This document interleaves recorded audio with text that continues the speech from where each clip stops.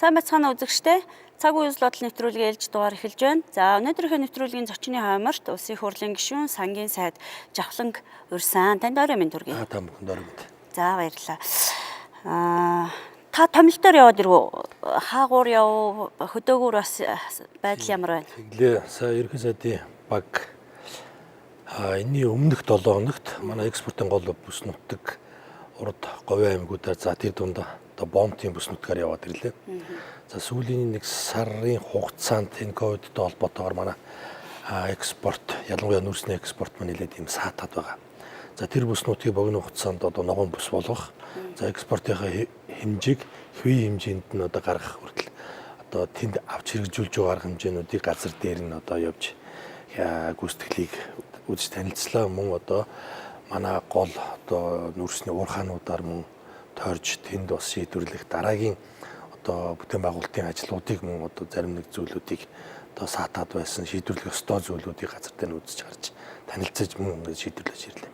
За өнгөрсөн 7 оны хагас бүтсэн сайнд эргээд хойд бүс нутаг манай Гац Тариалангийн гол бүс нутаг дархан Сэлэнг аймагуудаар яваад ирлээ. За Гац Тариалангийн бүс нутагт маань бол энэ жил бол бас чиг их сайн өгсөн. Хүйдээ их сайн чиг буусан байна.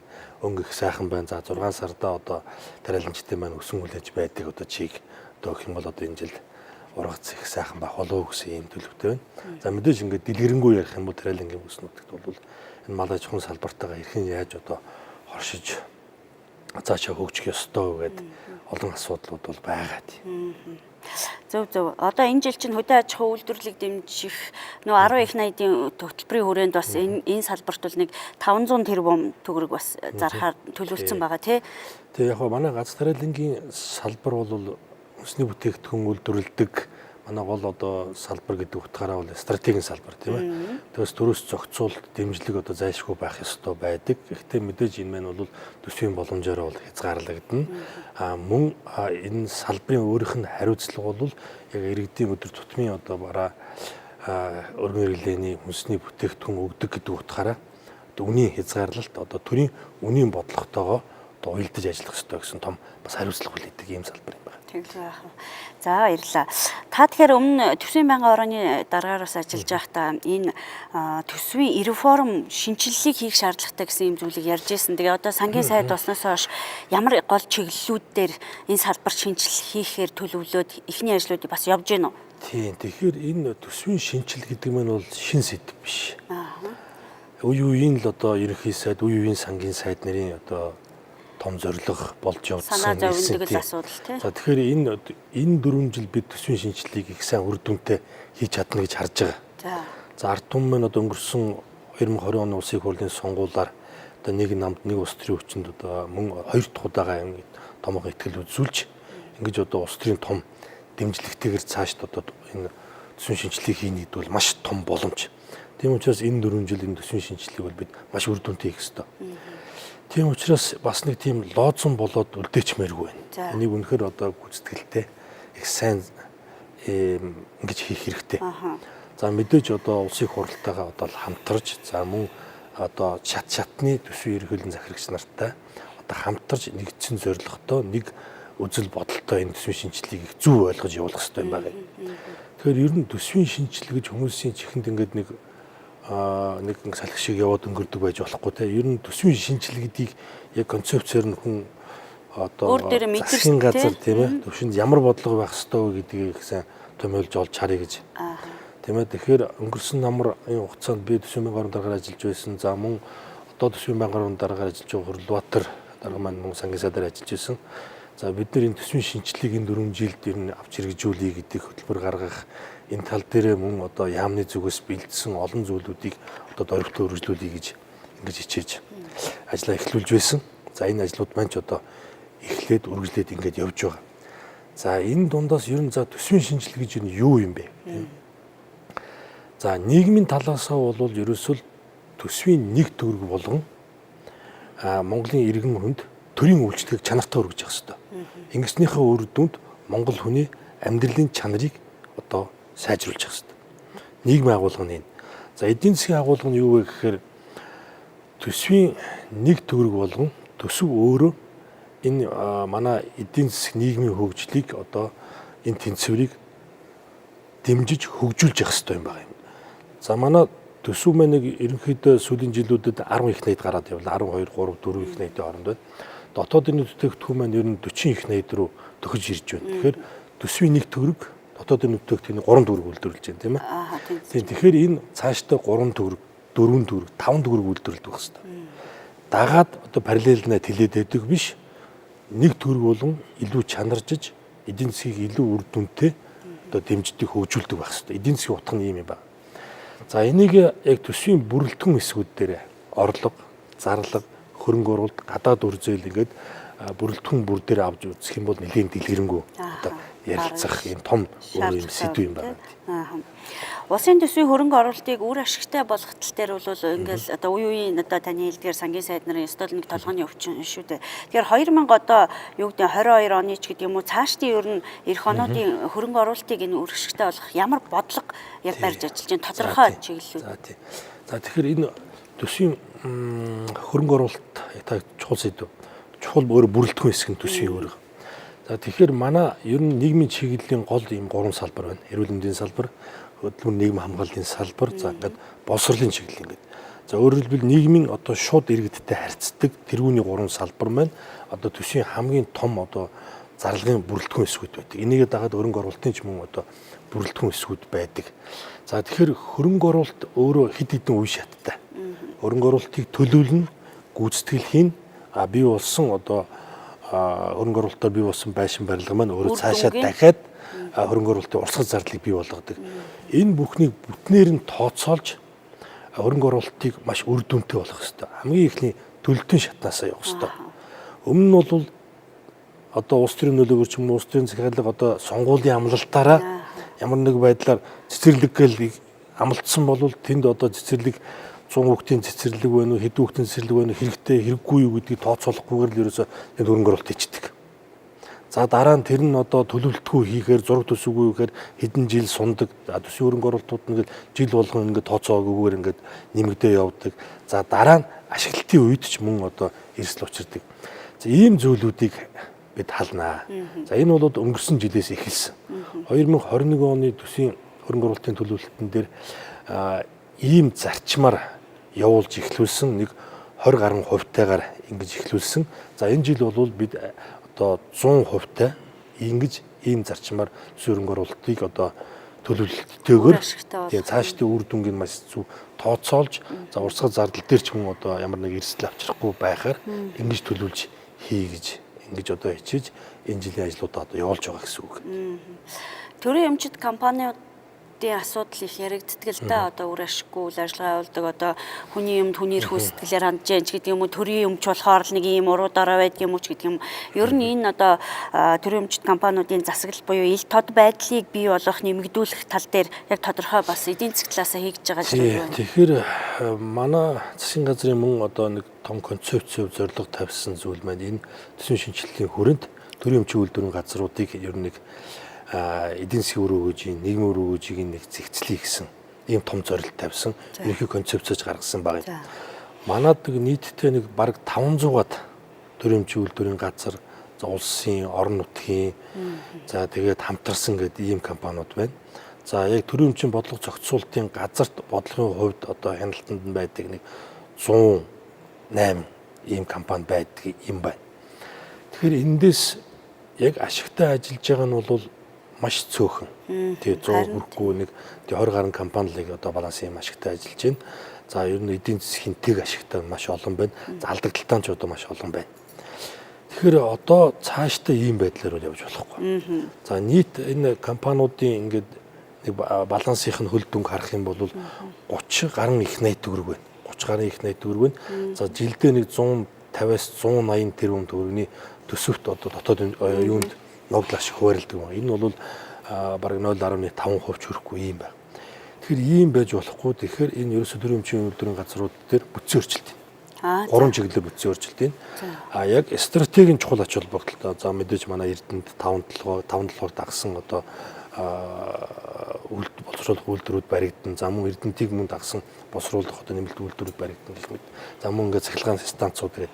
За ийм аж ахуй нэгжүүдийг бол стратегийн хувьд чухал ач холбогдолтой учраас цаашд одоо менежментийг сайжруулж өргөжлүүлж явна. За хоёрдугаар за нийгмийн эдийн засгийн хувьд ач холбогдолтой. Гэхдээ заавал төр өөр дээр авч явах шаардлагагүй тийм ээ. Тэрийг одоо биер жирч юм уу дамжуулаад олон нийтийн хяналтанд байлгаад байгууллагын одоо засаглалын сайжруулад энэ бүтцийн өөрчлөлтийг одоо цааш нь өргөжлүүлж авч явъя гэсэн. Нэг юм хэсэг одоо компаниуд байх ёстой. За мөн ямар ч өөр ашиггүй алдагдлыг үйлдвэрлэж байгаа ийм төрөмж үйлдвэрийн газрыг татан болгоно гэсэн. Ийм гурван чиглэлээр одоо үнэлгээ хийх шатанда явж байгаа аж ахуйн нэгжүүд дээрээ тийм. За энэ жилд энэ багтааж энэ бүтцийн өөрчлөлтүүдийг эхлүүлэх ийм зорилготой ажиллаж байгаа. Та түрүү хэллээ 3 том одоо иргэдтэй бүх ил үйлчлэгийг хүргэдэг одоо боловсрол эрүүл мэндийн нийгмийн хамгааллын гэж. Тэгэхээр би бас энэ дотроос одоо яг ковид цар тахлын үе байгаа учраас эрүүл мэндийн салбарыг жоохон тодтогч ярих гэж бодож байна л да. Одоо мэдээж хүн болгон улс орон болгон л одоо яста вакцины тамрагдахын төлөө ингээ явж байгаа вакцины одоо хэдий захиалга байлаач гэсэн одоо нийлүүлэлт хүндхэн байна шүү дээ. Тэгээ энэ цаг үед бол энэ вакцинд одоо бас хөрөнгө мөнгө зарах нөхцөл байдал нь ямар байгаа юм. Мэдээж энэ ковид цар тахлын үед эрүүл мэндийн салбарт ихээхэн шинжилсэн одоо тоногдох хөрөмж тий одоо хөрөнгө оруулалтууд мэдээж шаардсан байж таараа нэмэлт хөрөнгө оруулалт нэлээ хийгдсэн баг. Тэгэхээр энэ нь одоо төсөвт бас хэр ячаал болов энийг давж гаргахад бэрхшээл юу байна? За тийм тэгэхээр энэ ковид гэдэг энэ шинэ нөхцөл байдал маань дэлхийн нийтийн маш том тестэнд тест хийлээ тийм ээ. Биднээс дайрж өнгөрсөнгөө за тэр дундаа манай нийгмийн салбарууд эрүүл мэндийн салбар дээр маш том одоо шалгалт орлоо гэсэн үг. Бид маш их зүйл дээр бэлэн биш байна. Ялангуяа эрүүл мэндийн салбар дээр маань одоо цаашд өөрчлөлт шинжилт хийх зүйлүүд маш их олон байна. За тэгэхдээ одоо энэ вакцины жуултыг бол бид одоо чамлахаар чанга хатах гэж тийм ээ. Одоо энэ 6 тэрбум дэлхийн нийт хүн байна тийм ээ 7 тэрбум. За энэтэй харьцуулах юм бол вакцины үйлдвэрлэх хүчин чадал маань өөр 20% хүрэхгүй байгаа байхгүй. 20% хүрэхгүй. Дөнгөж одоо 10% гарантай байна. За тэгэхээр мэдээж одоо энэ вакцины хойноос том өрсөлдөөн бар вакцины төлөө юм дайм болж байна. За энд ямар ч байсан бид 3 сая хүн амдаа таарах нэг 4.5 сая тун вакцин тийм 2 дугаар бидний 2.2 сая орчим хүндээ 2 тунгаа хийнэ гэд. Ямар ч байсан бид аваад ирсэн. За 2 сарын 23-наас хойш вакцины зөвлөлт ажиллагаа явууллаа. За иргэд маань одоо энэ төрөөс явуулж байгаа бодлоготой маш хариуцлагатай хүндэтгэлтэй хамрагдаж одоо хамрагдах ёстой одоо 18 наснаас дээш зорилтод иргэдийн маань 90 гаруй хувь 91 92 за бараг 93 хүрж байгаа баг. Хувь нь хамрагдлаа. Энэ бол одоо маш сайн үзүүлэлт үндсэндээ бараг 100% хамрагдсан гэж үздэг юм байна. Тэгэхээр энэ вакцины жуултын ажил бол маш сайн явагдсан. За үнэхээр одоо анагаахын шинжилгээ ухаанд вакцин гэдэг зүйл одоо үнэн л бол бид энэ вакцинаар дамжуулж энэ аюултай өвчнийг бид ялна. Ялгах ёстой юм байна. За тэгээд эрүүл мэндийн салбар маань одоо яг энэ эрүүл мэндийн тусламж үйлчилгээ ялангуяа ийм халдварын ийм хүнд цар тахлын ийг одоо хүлээж авах хүчин чадал маань үнэхээр бид бэлэн биш байсан байна. Бэлэн биш байсан байна. Өнгөрсөн жил хэрвээ тэр хатуу хөл хорой авч чадаагүй өнөөдрийн сая 3 сард хүрдэг энэ аюулт төвшөндөө хүрсэн бол тэр үед чинь вакцин сургахгүй байлаа шүү дээ. Тэгсэн бол одоо вакцин залгалтал нь 3 сар хүртэл бид ямар хүнд нөхцөл байдлыг бид үзэх байж тийм үү төсөөлөхийн одоо аргагүй тийм хүнд нөхцөл байдал байсан. Тэгэхээр одоо ийм эрүүл мэндийн одоо техникийн талын нөхцөл байдал маш хүнд байжээ. Харин энэ дээр манай эрүүл мэндийн салбарын эмч эмнэлгийн ажилтнууд маань үнэхээр одоо гар нүцгэн гэж хэлэхээр баг энэ том одоо аюулт өвчний эсрэг тэр одоо техникийн хүнд нөхцөл байдал дотор маш сайн ажилласан гэж бодож байгаа. Яг зөв тактик одоо тухайн үед зөв арга хэмжээ авсан бас нөлөөсөн ажилласан. За тэр одоо өсвүүдийг янз бүрээр л ярьдаг. Би бол тэгж ярмааргүй санагддаг. Тийм өсвүүдийн хамт олон ямар хүнд нөхцөлд энэ хүнд үеийг давж гарч байна. Та бүхэн очиод нөхцөл байдалтай нэг танилцаад үзээрэй. Одоо Монголын одоо айл хүрэх бүрэл одоо энэ тодорхой хэмжээгээр энэ ковидын энэ хүнд хэцүү үеийг амслаа штэ тий. Тэгжсэн тэгээд би ч бас юм одоо зүйл амслаа. Тэгээд энэ ажлын шугамарч тэр ерхий сайдтай замд өсвүүдийн нөхцөл байдлыг газар дээр очиж үзлээ, танилцлаа. Тэгээд тэнд бол үнэхээр ийм хүнд үеийг манай тентхийн эмч эмнэлгийн ажилтнууд маань энэ цагаан халааттай энэ цаг үеийн бааtruуд маань маш амжилттай даван туулж байна гэж ингэж харж байгаа. Ковидгүй байх үеийн эрүүл мэндийн салбарт хийжсэн хөрөнгө оруулалт төсвийн юмнууд байгаа шүү дээ. Энэтэй харьцуулах юм бол хэд дахин нэмэгдсэн бэ? Яг вакцинд өнөөдрийн байдлаар хичнээн төгрөг зарчаад байна. За тийм тэгэхээр ойлоо эхлээд хөрөнгө оруулалтууд яриа дараа нь вакцины яриа тийм. За тэгэхээр бидний яг төсвийн шинжилгээний хүрээнд одоо эрүүл мэндийн салбарын төсвийн харилцааны шинжилгээг яг 2020-21 он одоо дамжаад бид хэрэгжүүлж явуулж байгаа. За энэ маань ч одоо яг цаг үе олсон их зүй зүйлүүд болж чадлаа. Тухайлбал одоо энэ жил эрүүл мэндийн салбарын сайдын багц дээр 1.4 их 80 төгрөгийн төсөв байгаа. За 3 сарын гүйцэтгэл 4 сарын дундах гүйцэтгэлээр одоо дөнгөж 180 тэрбум төгрөг гарсан байсан. Уг нь бол эн чинь бараг 400-500 тэрбум төгрөг гарцсан. Одоо мөнгөгүй боллоо. Гүйцэтгэл өндөр гарч ийн гэж сандарч байгаа хэвчээ шүү дээ. За энийг бид төсвийн шинжилгээний хүрээнд олон одоо бас бэлтгэл ажлуудыг хангах ийм цаг хугацаа байсан. За эрүүл мэндийн салбарынхантайгаа хамтраад сая сангийн сайд эрүүл мэндийн сайдын хамтарсан тушаалаар нэлээд тийм дөрвөтөө одоо шинэ журам баталсан. За тэгснэр яг энэ ковидын үеийн одоо төсөв санхүүгийн асуудлууд эрүүл мэндийн салбарт бүрэн шийдсэн гэсэн үг. Бүрэн шийдсэн. За одоо энэ ингээд 4-5 сард гүйцэтгэлээрээ одоо 2 сараас хойших бүх одоо гарсан зардлуудыг нөхөж өгнө. За мөн шаардлагатай тоног төхөөрөмжүүдийг одоо эрүүл мэндийн сайдын багц дээрээс одоо хангалттай худалдаа авалтуудыг хийгээд явах ийм боломжууд бүрдэж байгаа. Тэгэхээр яг ковидын биш үеийнхтэй харьцуулах юм бол ер нь дор хаяж 1.5 дахин одоо хөрөнгө оруулалт, за техник тоног төхөөрөмж худалдаа авалтууд одоо явагдаж байгаа гэж ойлгох хэрэгтэй. За вакциныг одоо ямар мөнгөөр авч байгаа. За 2021 оны төсвийг ярьж явах үед яг ковидын вакцин тусгайлсан мөнгө харагдахгүй байна гэж ярьдаг. Ярьжсэн тийм. Тэгэхээр энэ яг нэг төсвийн талаар дутуу ойлголт яваад байгаа. За бид энэ вакцин ямар үнэтэй байх юм, хэр хэмжээгээр олдох юм, цагийн хугацааны хувьд яах вэ гэдгийг бол 20 оны тэр төсөв баталж байгаа үед төсөөлөл бас маш муу байсан. Төлөвлөхийн аргагүйсэн. Ямар ч байсан ковакс хөтөлбөрөд хамрагдаад ер нь иргэдийнхээ 60%-ийг бид баг маш хямдралтай үнээр за 40%-ийг нь бүр одоо үнэгүй шахав бид вакцинжуулах ийм одоо боломжийг бүрдүүлж тэр одоо дэлхийн нийтийн либералч дотор орцсон байсан. Одоо глобалч дотор орцсон ингэж явж байсан. За харамсалтай нь тэр төлөвлөсөн зүйлүүд маань 8-9 сараас хойш болж хойшилсан. Өөрөөр хэлбэл он гарлаа дэлхийн нийтээр нөгөө энэ тархалт маш хүчтэй дэгдсэн учраас вакцин өөрөө бас хангалтгүй байсан учраас тэрний хойноос одоо маш их тийм зүйл боллоо шүү дээ. Тийм учраас одоо ингэ хойшилсан. За тийм учраас бид тооцоолоог байсан шинэ худалдаа авалтууд хийх шаардлагатай болсон.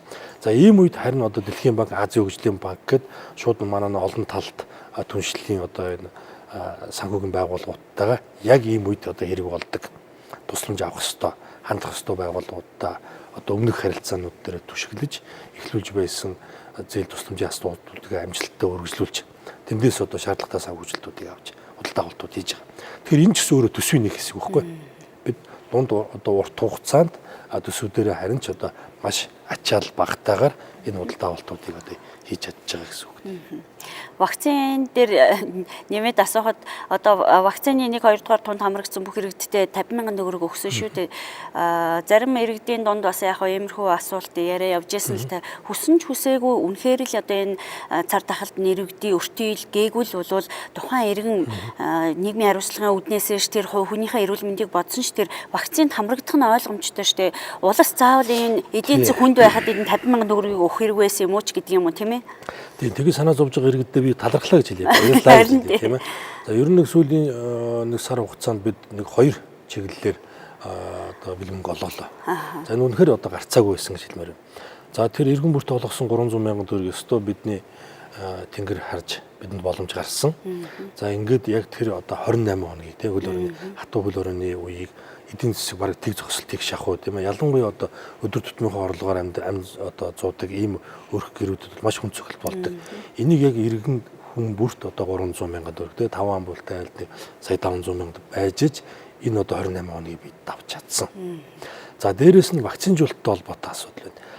Вакцинжуулалт өөрөө би түрүү хэллээ тийм 2.2 сая хүн ам маань зорилттой бүлэг маань 100% вакцинжуулах хэрэгтэй. Гэтэл ингээд нэг 60-70% дээр ирээд удаашраад ирсэн байна. жоохон гацмай удаашраад ирсэн. За энийг одоо төрөлжүүлэх богино хугацаанд энэ вакцинжуулалтыг 100% болгох хэрэгтэй. Та ингээд бодоод үз. Хоёул одоо энгийн математик бодъё тийм ээ.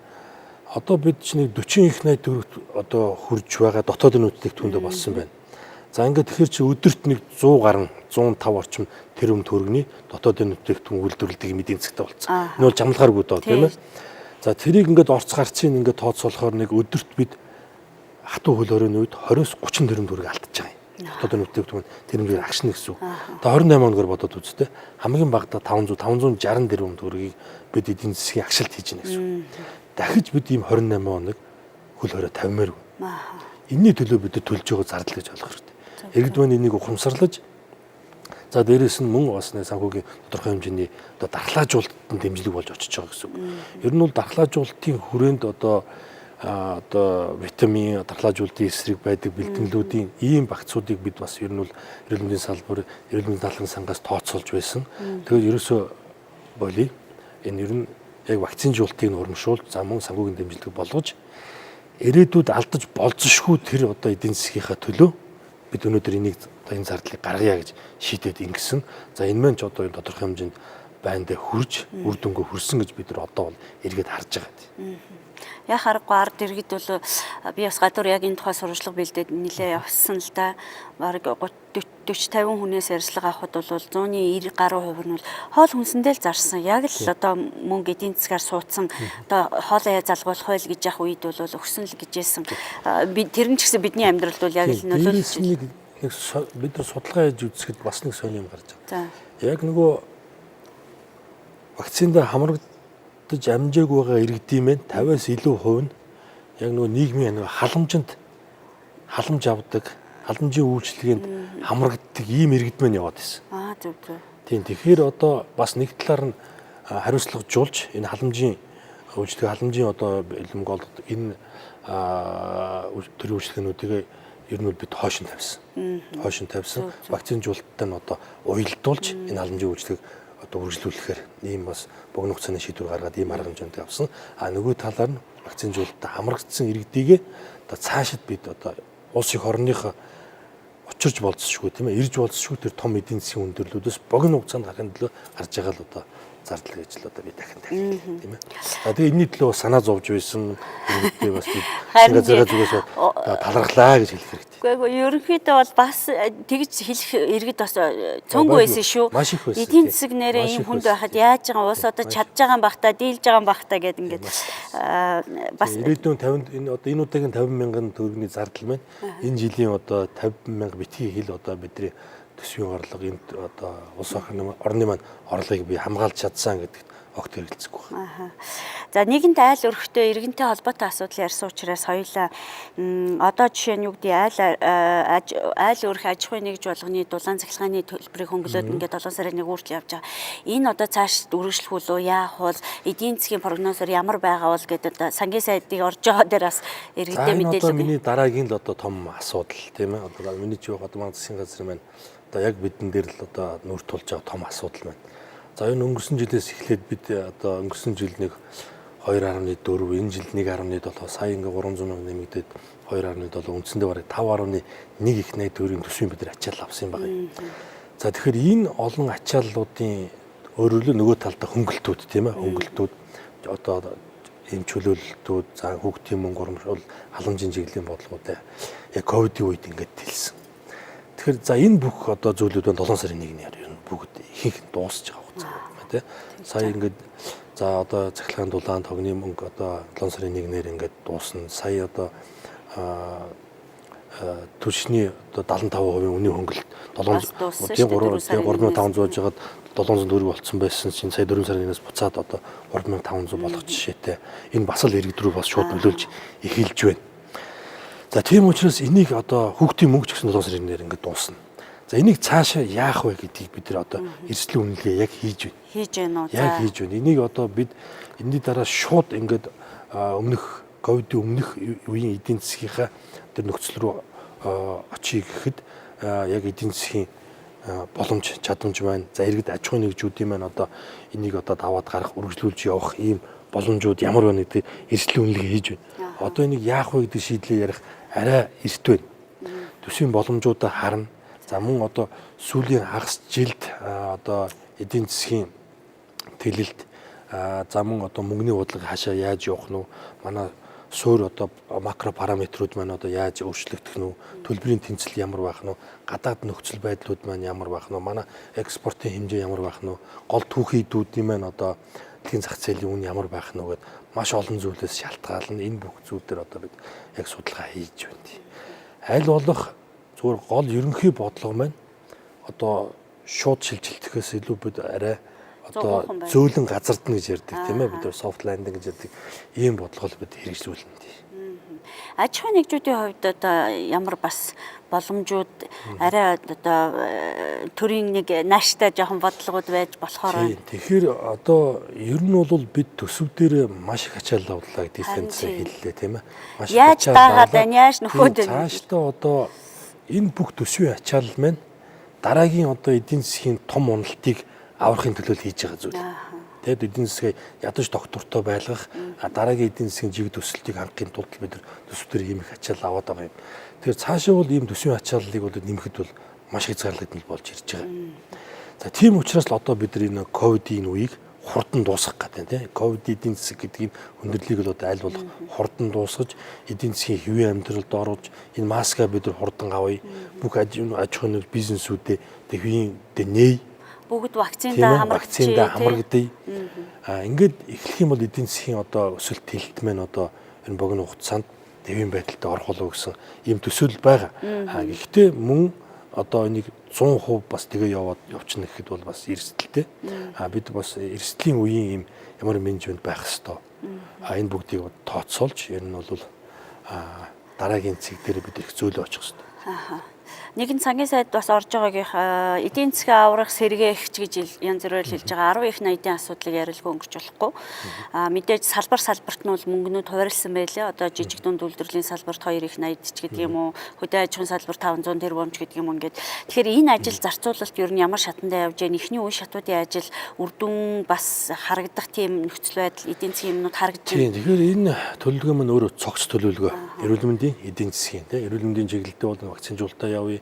Энэ эрүүл мэндийн салбартаа дутагдж байгаа тоног төхөөрөмж хөрөнгө оруулалтуудыг одоо аль болох түргэн шуурхаа оновчтой хийгээд эрүүл мэндийн салбарынхныг одоо төсөв санхүүгийг одоо гацаахгүй явуулъя гэдэг энэ салбаруудаа төлхөө анхаарна. За нөгөө талдаа бид энэ ковидын эдийн засаг гэдэг энэ хугацааг бид эзэн нэг цаг туулж өнгөрүүлж дуусна.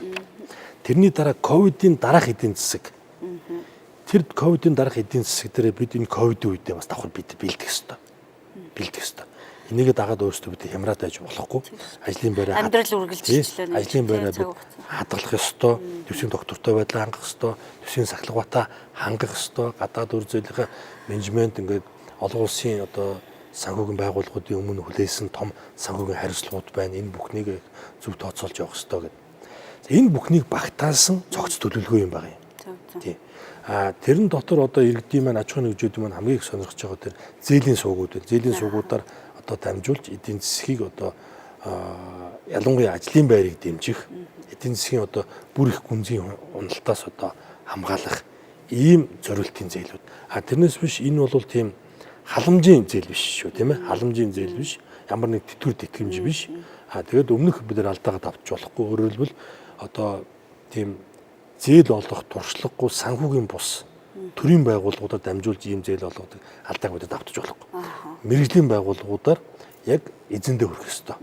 Үнэхээр яг ажлын байраа алдах гад байгаа ковидын үед одоо цохилтонд орцсон. Ковидын өмнө ч тэр ковидын үед ч бас эдийн засаг одоо үйл ажиллагаагаа хамгаалаад яваад ирсэн. Тийм аж ахуйн нэгжүүдийн үйл ажиллагааг дэмжих эргэлтийн өрнгийн зээл. За энэ нь бол банкны шалгуурыг даваад гарах ёстой. Банкны шалгуурыг даваад гарсны дараа зээлийн одоо хүүний хөнгөлтийг нь одоо 3 хүртэл бууруулад 6-аас 7% нь одоо төрөөс төлж өгнө гэсэн үг юм байна. Зээлдэгч байгаа хүмүүс. Тэгэхээр би энэ дээр хэдхэн тоолъё. Энэ 7 хоногийн дотор энэ 700 тэрбум төгрөгийн ажлын байрыг дэмжих 3% зээл гарсан байгаа юм. За нөгөө талдаа мөн одоо репо санхүүжилтийн зээлүүд, ипотекийн зээлүүд нийлээд бараг 500 тэрбум, бараг 600 тэрбум ингээд 3 багцаараа бол 1.4 их найт төгрөгийн зээл гарсан байгаа юм. Энэ чинь 7 хоногийн дотор шүү дээ. Бид нар бол энэ чинь 3% зээл маань бол энэ жилдээ үргэлжлэх ёстой. Олголт нь. За тэгээ буцаан төлөлт нь 3 жил үргэлжлэх ёстой. А нөгөө хоёр зүйл нь бол мөнгөний бодлогоос хамаарат энэ жил явна. За 2-3 жилдээ яаж явах нь бол одоо яг цэвэр яг мөнгөний бодлогоор хязгаарлагдаад ингэ явах ёстой. Гэтэл ерөөсөө нийтдээ энэ чинь нэг 6 их найт төгрөгийн тийм ээ зээл. Гэтэл 7-7 хоногийн дотор 3 жилийн хугацаанд ч 7 гэтэл 7-7 хоногийн дотор 1.4 их найт гэдэг маань үндсэндээ 20 гаруй хувийн гүйцэтгэлтэй явж байгаа гэдэг нь бидний тооцоолж яснаас илүү их хурдтай явсан. Илүү их хурдтай явсан. Өөрөөр хэлбэл эдийн засаг маань тийм богино хэмжээнд одоо ийм зээлийг шингээх чадвар байна. За дээрэс нь яг мэрэгжлийн байгууллагуудад дамжиж байгаа учраас зээл бол маш одоо хурдан явж ингэж чадчихна. Яг хөө энэ дэр хүн болгон авч чадахгүй. Аж ахуй нэгжүүд болгон авах боломжгүй. Энэ дунд нь яг эн чинь өөрөө нөө банк өөрийнхөө их усрээр өгж байгаа эрсдэл 100% дааж байгаа учраас банкны шалгуураар энэ ч өөрөө явах юм байна. Тийм учраас энэ нөгөө талдаа яг эдийн засгийн өсөлт за эдийн засгаа бид одоо уналтаас хамгаалах за ялангуяа нэг яг ажлын байраа алдах гээд байгаа ийм ажил олгогч нарын төвшөнд бол маш одоо цаг үе болсон сайн дэмжлэг болж чадж байгаа. За нөгөө талаас ингээд төсөв талаас харах юм бол бас л ингээд нөөтийн орлого, аж ахуй нэгжүүдийн орлогын татвар бидэнд одоо яг маш тодорхой хэмжээгээр илт бүр мэдэгдээд явж байгаа. Одоо би нэг тоо хэлье. Одоо төсөв хүндрэлтэй байна. Төсвийн орлого зарлага маань ямар байгаа бол гэд иргэд байна, эдийн засгч нар маш санаа зовдөг. Би энд бас нэг эрэг тоо хэлчих. Одоо бид бас даруухан байна гэд олон тоонуудыг нуугаад хаагадаж болохгүй тийм ээ. Энэ оны маань 1-р улирлын төсвийн орлогын гүйцэтгэл 101% гарсан. За. Орлогоо бид биелүүлсэн. Орлогоо бид нар биелүүлсэн. Тийм 1% давж гарсан байна. За тийм энэ хугацаанд энэ 10 их найдын эхний гүйцэтгэлүүд ч бас нөлөөлж байгаа. Нөөттөөр нөлөөлж байна. Аж ахуй нэгжүүдийн орлогын албан дотор дээр ч одоо хувь хүмүүсийн одоо орлогын албан дотор дээр ч бас ингэж нөлөөлж байгаа байхгүй юу. Энэ жил одоо татварын орлогоо эхний улирлд нэг 110% гүйцэтгэлтэй гарсан. 110% гүйцэтгэлтэй гарсан. Манай гайлын орлого маань харин тутсан. Яагаад гэхээр одоо бүх хил маань хаагдсан зөвхөн одоо манай түүхэн хэдүүдийн л одоо экспорт явж байсан. За тийм учраас ингээд тэнцлээрээ 101% гүйцэтгэлтэй гарсан. За энэ бол мэдээж олон үр дүнгууд байна. Манай татварынхан маань одоо их сайн ажиллалаа. Татварынхаа суурийг бас хамгаалж чадлаа. За дээрэс нь эхний улирал бол бидний бас тооцоолж байснаас нүүрсний экспорт, бусад эрдэс одоо баялагуудын экспорт тодорхой хэмжээгээр мөн бас уналтанд ороогүй. Тодорхой хэмжээгээр бас гүйцэтгэл сайн байсан учраас орлогот маань ингэ сайнаар нөлөөсөн. За энийг одоо 4, 5, 6 сард одоо хамгаалахаар хичээж ажиллаж байна. За яг харамсалтай нь 4 сард манай гол экспортууд маань бас нэлээд зогсон байдалтай байлаа. За энэ бол мэдээж төсвийн орлогот бол нөлөөлнө. Гэхдээ нөгөө талдаа бид ажлын байраа хамгаалах гэж бүх боломжоор ажиллаж байгаа. За ямар боловч бас хэдий цар тахалтай ковидын хүнд нөхцөл байгаа ч гэсэн одоо эдийн засгийн тэр орлого бүрдүүлэлт тийм сайн байна гэдэг бол үнэхээр одоо сонсоход таатай мэдээ байна. Манай улсын одоо юу гэдэг юм макро эдийн засагт гарах өөрчлөлт үр дүнг одоо та бас яг дүгнж юу гэж харж байна. Яаж төсөөлж байна энэ дээр бас хариулт өгч. Тийм тэгэхээр одоо ийм юм байгаа. Одоо бид нэг жирийн үед мөнгөний бодлогоор юм уу төсвийн бодлогоор энэ улс орны эдийн засгийг одоо залдаг байсан үеэс илүү их том бидэнд сорилт ирж байгаа юм. Яг энэ ковидын дараа яах вэ? Ковидын дараа энэ манай гадаад орчны нөхцөл байдал бол нэлээд өөрчлөгдөх шинжтэй байна. Маш өөрчлөгдөх шинжтэй байна. Энэ одоо тухайлбал эдийн засгийн орчин болон ерөөсөө бидний дэлхийн нийтээр цоошин орчин руу амьдралын хэв маяг руу бид нар ингээд шилжих гэдэг. Ер нь бол тийм нэг амьдралын чанар ийм гүйцэтгэл дээр суурилсан ийм одоо санхүүгийн амьдрал цаашаа илүү их явах нэ. Манай төсөвч өөрөө тийм байх хэвээр. Одоо бид халамжаас одоо хөдөлмөрлөж хэлэх хэвээр гэдэг бидний ярьж байгаа энэ зүйлээ одоо яг л бид нар хийх хэвээр. Илүү бүтээлч, илүү баялаг олон давхарцсан халамжаасаа бид нар илүү одоо чанарын гүйцэтгэл дээр суурилсан хөдөлмөрийн үнэлэмж рүү шилжих хэрэгтэй байхгүй. Зөв. Ийм амьдралын одоо чанар амьдралын философи биднийг хүлээж байна. Төсвийн шинжилж гэсэн өөрийн агуулга нь ерөөсөө л энэ юм байна. Тэгэхээр одоо тийм энэ рүү бид их бэлэн байх хэрэгтэй. Гадаад нөхцөл байдал одоо гадаад бодлогын хувьд ч бид нэлээд өөрчлөлтүүд орно. Илүү одоо ийм эдийн засгийн галбаачлалын систем рүү ороход бид одоо илүү бэлэн байх хэрэгтэй. Биднээс маш олон юм одоо шаардж эхэлж байна. За бид одоо тийм дэлхийн нийтийн эдийн засгийн галбаачлалаас тийм тусдаа тийм арал бишээ гэдгийг бидийг дахин ойлголоо тийм ээ. Өссөн өсөөгүй бид нар цөөхөн ч гэсэн хэдэн суугаар дэлхийн эдийн засгийн нэг хэсэг нь болчих. Тийм учраас тэдэнтэйг зөв харьцах хэвээр, зөв алхах хэвээр, цуг нэг стандартаар харьцах хэвээр. Тийм нэг стандартад хүрч бид амьдрах хэрэгтэй байна тийм ээ. Тэрний төлөө л одоо бидний цоошин одоо нийгмийн ч тэр эдийн засгийн ч тэр маш олон харилцаа бидний хүлээж байгаа. Засгийн газрын 100 хоног гээл бас мэдээлэл олон нийтэд төрдөг л дээ. Яг сангийн яамны тухайд энэ 100 хоногийн хүрээнд хийсэн гол ажлуудаасаа та бас иргэд олон нийтэд яг мэдээлэл өгвөл. За одоо энэ 100 хоногийн хугацаанд одоо би одоо манай вакцинжуулалтыг бол олон хүн ярьж байгаа дээ. Миний ярих одоо сангийн яамны одоо салбарын хамт олонны араар бахарх нэг зүйл бол сая ерөөсөө энэ төсвийн орлого бүрдүүлэлт. Ийм хүнд үед манай салбарынх маань маш сайн ажиллалаа. Төсвийн орлого ямар ч байсан төлөвлөлтөө бид нэр бүрэн биелүүлж гарлаа. За энийг бид цаашид одоо хадгалах хэрэгтэй. За дээрэс нь мөн энэ хугацаанд энэ хүнд үед манай зээлжих зэрэглэл сайжирсан. Энэ бас их сайхан мэдээ. Бид нар хасах бие гурав докторгүй байсан бол хасах бие гурав доктортой болж ийм одоо ковидын хүнд эдийн засгийн үед гадна талд биднийг ингэж үнэлж чадсан. Төсвийн сахилгууд сайн байна. Одоо гадаад өрийн менежменттэй одоо олон улсын өмнө хүлээсэн үргийнхаа дагуу амлалтандаа үрж сайжруулж чадж байна гэдгийг бидний гадна талаас нь үнж ийм одоо сайн үнэлгээнд өглөө. За мөн одоо хичнээн ковидын үед байсан хэдий ч төсвийн хөрөнгө оруулалтууд, төсвийн байгууллагуудын урсгал зардал, тогтмол зардал бүгднийг ямар ч саадгүй бүгдийг одоо санхүүжилтүүдэд явууллаа. Ялангуяа ковидын үеийн одоо энэ яг цар тахалтай нүүр тулж байгаа салбаруудынхаа одоо цалин мөнгө хөрөнгө оруулалт илүү цаг урамшууллаа гэдэг бүхий зүйлүүдийг ямар ч байсан бид нар 100% одоо тавьж олгож ингэж ирлээ. За тэгээд мөн одоо ковидын дараах үеийн эдийн засгийн бэлтгэлүүдээ бид нар одоо яг хийж байна. Бүх судалгаа, эрсдлийн менежментүүдийг тооцоолж ингэж хийж байна. Төсвийн шинжилтүүдийг одоо амжилттай үргэлжлүүлж чадж байна. За эрүүл мэндийн салбарынхаа төсвийн шинжилтүүдийг амжилттай эхлүүллээ. За дараагийн нэг том хоёр салбар маань одоо боловсролын төсвийн шинжил, одоо өдөө нийгэм хамгааллын салбарын төсвийн шинжилтүүд байх болно. За энүүнийхээ мөн бэлтгэл ажлуудыг хангаж байна. Явж байна уу? Энэ ер нь төлбөрийн тэнцэл ханшид хэр нөлөөлж байна? За тийм одоо энэ сүүлийн жилүүдэд манай энэ улсын хурал дээрч тэр одоо улс төрийн орчинд энэ төлбөрийн тэнцэл гэдэг зүйлийг их одоо ярьж энэ талаар одоо их санаа зовж энэ талаар одоо бүр ярихаас жаргагүй нөхцөлөд бас байна. Энд би их талархаж байгаа. Энэ бол их зөв хандлага руу явж ирж байгаа юм. Төлбөрийн тэнцэл гэдэг бол айл өрхөөр бол айлын одоо өрхийн эзэн боддог үстэй те би ер нь хичнээн төгрөг гаргаж байна, хичнээн төгрөг орж ирж байна гэдгийг өдөр болгон тооцоолж байгаа хэвээр. Энэ юусоо яг л тийм л юм байна. Өдөр болгон сангийн сайдын одоо ширэн дээр өдөр болгон төв банкны одоо эрхлэгчийн ширэн дээр байж байгаа хэвээр.